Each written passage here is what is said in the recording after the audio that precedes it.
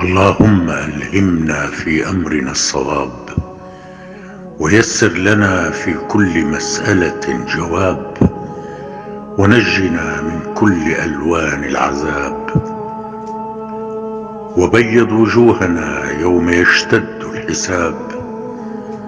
وزين مجلسنا بخير الأصحاب، واجعل دعاءنا دعاء مستجاب يا رب